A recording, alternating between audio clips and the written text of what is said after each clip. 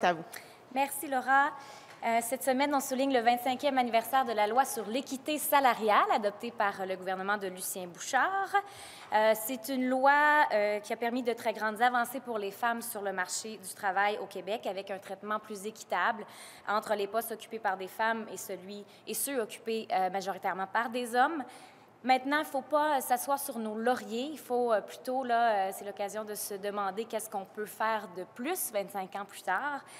On constate également que la pandémie est venue créer certains écarts, encore une fois, des iniquités entre les hommes et les femmes. Les femmes ont été plus durement affectées par la pandémie.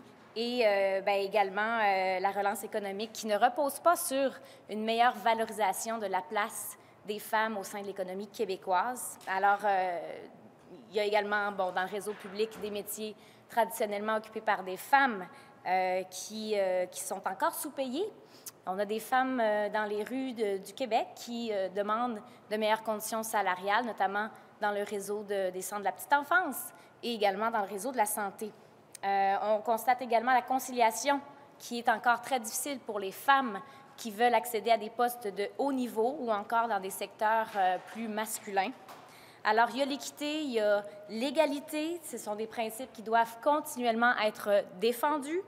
Il faut également soutenir nos organismes qui œuvrent auprès des femmes et qui s'assurent d'un meilleur accès au marché du travail pour tous, pour toutes les femmes, en fait. Alors, c'est ce qu'on va continuer de faire au Parti québécois.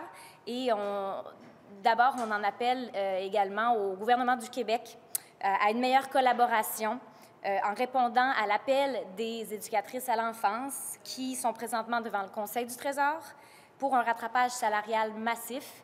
Et je rappelle que ma collègue Véronique Yvon a d'ailleurs fait adopter une motion à l'unanimité qui va dans le même sens.